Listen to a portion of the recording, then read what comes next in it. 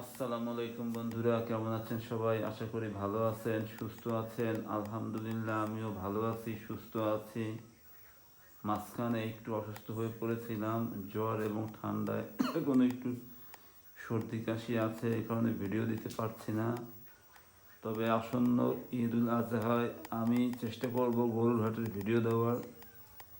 বিশেষ করে আগামী 18ই মে এবং 25শে মে আমাদের শরীয়তপুরের ঐতিহ্যবাহী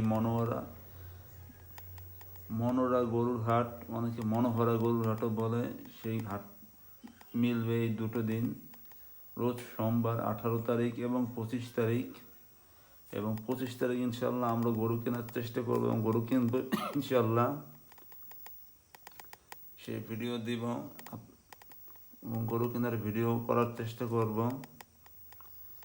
আপনারা চ্যানেলটার পাশে থাকবেন, সাবস্ক্রাইব করবেন।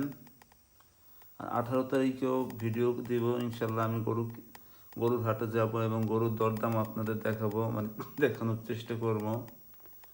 আমার এখনও ঠান্ডা আছে, তাই বারবার কাশ উঠছে কথা বলার সময়, তাই ভুল ত্রুটি ক্ষমা করে দেবেন। ধন্যবাদ সবাইকে, ভিডিওটা এই অবধি। আসসালামু আলাইকুম।